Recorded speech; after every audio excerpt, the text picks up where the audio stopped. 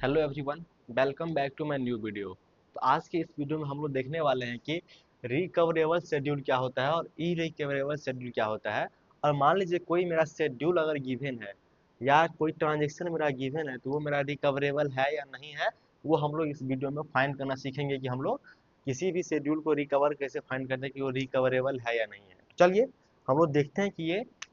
Recoverable schedule क्या होता है। यहाँ पे देखिए टॉपिक का क्या नाम है, रिकवरेबल शेड्यूल। अब हम लोग पहले इस सेंटेंस को अच्छा से पढ़ते हैं कि मेरा रिकवरेबल शेड्यूल होता क्या है। तो यहाँ पे देखिए क्या है, recoverable schedule is one where for each pair of transaction T I and T J, यानी कि ट्रांजेक्शन का पेयर है। जैसे मान लीजिए टी आई और टी जे, जैसे मान लीजिए टी आई और टी जे, इच पेयर यानी कि हर एक पेयर में हमको चेक करना है। और यहाँ पे देखिए such that if T J, यानी टी जे का बात कर रहा है, रीड अ डेटा आइटम, यानी कि ये जो डेटा आइटम रीड करेगा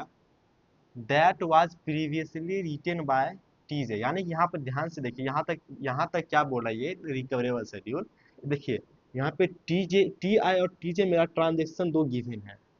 और यहाँ पे देखिए टी जे जो जो डेटा मेरा रीड करेगा सेम डेटा आइटम पे, ध्यान रखिए सेम डेटा आइटम पे जो टी जे मेरा रीड करेगा, कौन सा रीड करेगा डेटा आइटम, जो इससे पहले यानी कि ये जो ट्रांजेक्शन जो मेरा है राइट करेगा, इसके जस्ट पहले जो डेटा आइटम को टी आई राइट कर देगा, उसी को क्या करेगा ये मेरा रीड करेगा टी जे। यही बोल रहा है, देखिए recoverable schedule is one where for each pair of transaction Ti and Tj such that Tj read a data item that was previously written by Ti, यानी कि Tj उस डेटा आइटम को रीड करेगा जो प्रीवियसली जो है Ti जो है डेटा आइटम को राइट कर दिया है। अब यहाँ पर देखिए अगर ऐसा सिचुएशन होगा देन क्या बोल रहा है, then commit of Ti appear before commit of Tj, यानी कि अगर ऐसा कंडीशन आ गया कि टी टी आई जो डेटा आइटम को राइट किया है उसी डेटा आइटम को अगर टी जे रीड कर रहा है, तो यहाँ पे अगर अगर ऐसा कंडीशन आ गया तो क्या करेगा, रिकवरेबल होने के लिए टी जे से मतलब टी जे को कमिट या रोल बैक होने से पहले टी आई को कमिट या रोल बैक होना पड़ेगा। यहाँ पे देखिए यहाँ पे क्या है, कमिट, यानी यहाँ पे रोल बैक नहीं हो। यहाँ पे देखिए टी जे को कमिट होने से पहले टी आई को कमिट या रोल बैक होना पड़ेगा, तभी हम लोग क्या बोल देंगे कि वो मेरा शेड्यूल क्या है, रिकवरेबल है। यहाँ पे देखिए टी वन टी टू है, यहाँ पे देखिए राइट ए रीड, देखिए राइट के जस्ट बाद होना चाहिए रीड ए। ऐसा नहीं होना चाहिए कि जैसे राइट ए कर दिया रीड ए कर दिया फिर यहाँ पे रीड ए कर रहा है, ऐसा नहीं होना चाहिए। जस्ट राइट के बाद ही मेरा क्या आना चाहिए, रीड का कंडीशन आना चाहिए। देन क्या होना चाहिए कि टी वन कमिट, देखिए टी टू को कमिट होने से पहले टी वन को क्या होना पड़ेगा, कमिट या रोल बैक होना पड़ेगा। तब ऐसा हम लोग अगर शेड्यूल में अगर गिवन है तो यहाँ पे इसको क्या किस इस शेड्यूल को क्या बोल देंगे हम लोग, रिकवरेबल शेड्यूल। देखिए यहाँ पे इसको कमिट से पहले रोल बैक नहीं, यहाँ पे कमिट से पहले टी वन को कमिट या रोल बैक होना पड़ेगा। तो इस टाइप के हम लोग शेड्यूल को क्या बोलेंगे कि रिकवरेबल शेड्यूल है। अब यहाँ पे देखिए कुछ एग्जाम्पल है रिकवरेबल का और ई रिकवरेबल का, उसके बाद भी कुछ एग्जाम्पल है। यहाँ पे देखिए रिकवरेबल शेड्यूल का क्या है, यहाँ पे देखिए राइट ए है उसके जस्ट बाद क्या है, रीड ए। अगर कंडीशन आता है तो हम लोग क्या करेंगे, टी टू को कमिट होने से पहले टी वन को कमिट होना पड़ेगा। तो यहाँ पे देखिए टी वन क्या हो गया, फेल हो गया। जब टी वन अगर कोई ट्रांजेक्शन फेल होता है तो वो क्या कर देता है, रोल बैक कर देता है। यहाँ पे देखिए ये टी वन क्या क्या हो गया, रोल बैक कर गया। तो ये कंडीशन मेरा ट्रू हो गया, इसको कमिट होने से पहले क्या हो गया, रोल बैक हो गया। अब यहाँ पे देखिए क्या हो रहा है, if T one fails then T one roll back and due to dependency of T two also roll back, यानी कि देखिए टी वन जो फेल हो गया तो ये क्या हो गया, रोल बैक हो गया। तो टी टू भी क्या करेगा, रोल बैक कर देगा। क्यों करेगा, क्योंकि यहाँ पे देखिए यहाँ पे क्यों करेगा रोल बैक, सो हम आप लोग बताते हैं। देखिए टी वन क्योंकि शेड्यूल क्या होता है मेरा, टाइम ऑर्डर सीक्वेंस, यानी कि यहाँ पे देखिए टी वन जो राइट किया था उसी डेटा आइटम को क्या कहते हैं, टी टू रीड कर लिया था। अब यहाँ पे देखिए जो अब ये जो मेरा फेल हो गया, अब फेल होने के बाद जो रोल बैक किया और कुछ इस डेटा आइटम में मान लीजिए चेंज किया, तो यहाँ पे वो रिफ्लेक्ट होना चाहिए कि क्योंकि यहाँ पे रीड कर दिया है तो फिर से जो डेटा आइटम को राइट किया उसी को रीड करेगा, तभी हम लोग क्या बोलेंगे, रिकवरेबल। तो ये क्या हो गया मेरा, रिकवरेबल। अब यहाँ पे देखिए ई रिकवरेबल का, यहाँ पे देखिए क्या है, राइट ए है रीड ए तो है। यहाँ पे देखिए ये कंडीशन तो आ गया, कि T2 को रीड करने से पहले T1 राइट कर दिया। अब यहाँ पे देखिए T2 पहले कमिट कर दिया, उसके बाद ये फेल हुआ। अब यहाँ पे थोड़ा ध्यान से देखिए, T1 जब T2 अगर फेल होता है तो वो क्या करता है, रोल बैक।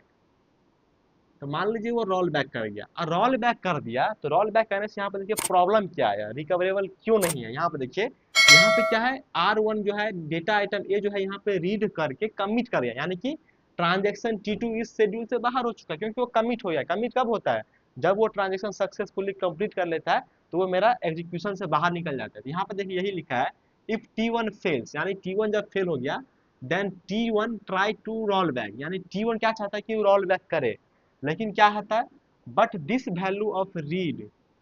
देखिए this value of read T2, यानी कि T2 कमिट, यानी कि T2 कमिट हो गया, so not able to recover. यानी कि यहाँ पे देखिए जिस डेटा आइटम को T2 रीड करके रोल बैक हो गया, यानी कि वो ट्रांजेक्शन से खत्म हो गया, तब यहाँ पे अगर ये चाहेगा भी क्यों रोल बैक कर, मान लीजिए रोल बैक करेगा तो यहाँ पे कुछ रिफ्लेक्ट करेगा, तो यहाँ पे रीड तो करना पड़ेगा, लेकिन ये क्या क्या है, T2 पहले ही रोल बैक हो गया, इसीलिए यहाँ पे ये T1 जो है ये रोल बैक नहीं कर पाएगा। अब यहाँ पे देखिए हम लोग रिकवरेबल और नॉन रिकवरेबल यानी कि ई रिकवरेबल का कुछ हम लोग एग्जाम्पल लेके आए हैं, कि अब हम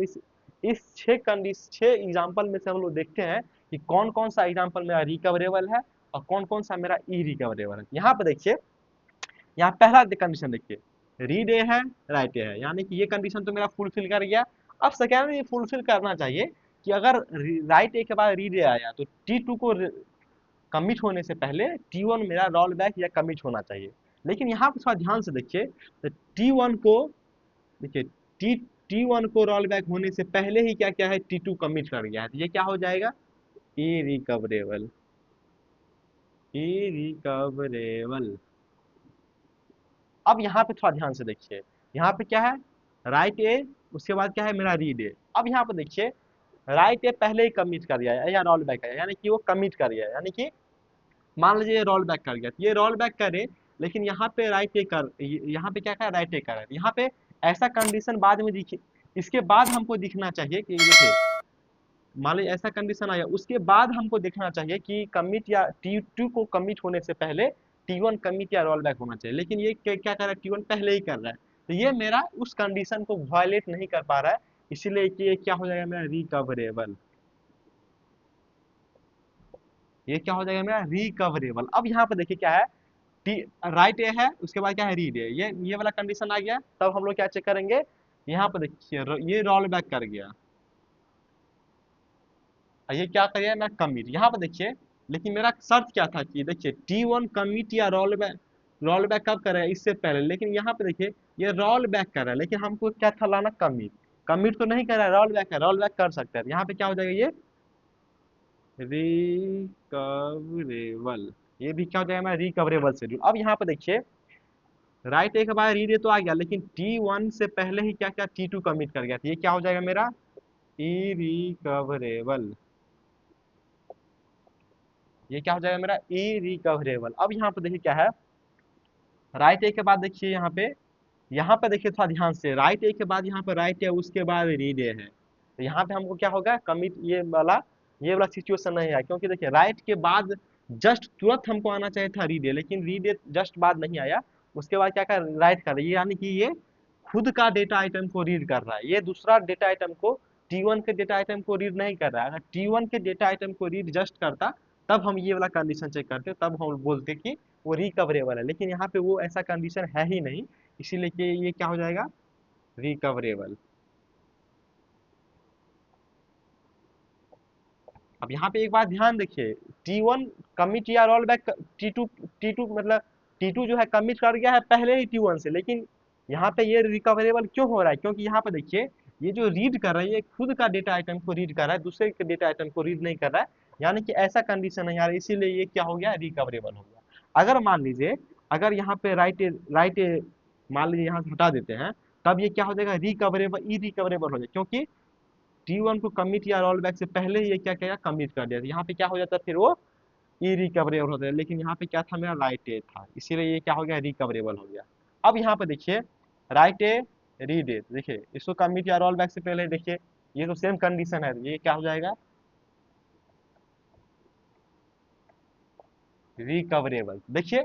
इस वीडियो में हम लोग देखे हैं कि रिकवरेबल शेड्यूल क्या होता है और उसका हम लोग क्या किए हैं, कुछ एग्जाम्पल लिए हैं। तो यहाँ पे आपको ये याद रखना पड़ेगा कि रिकवरेबल शेड्यूल क्या होता है, उसका हमको कंडीशन क्या होता है कि जस्ट राइट के बाद रीड होना चाहिए। अगर ऐसा कंडीशन है तो T2 को कमिट होने से पहले ही क्या होना चाहिए, T1 मेरा कमिट या रोल बैक होना चाहिए। लेकिन यहाँ पे थोड़ा ध्यान दीजिए, यहाँ पे बहुत बच्चा कंफ्यूज हो जाता है कि यहाँ पे अगर कमिट की जगह मान लीजिए रोल बैक है तो उसको क्या बोल देता है, वो इरिकवरेबल है।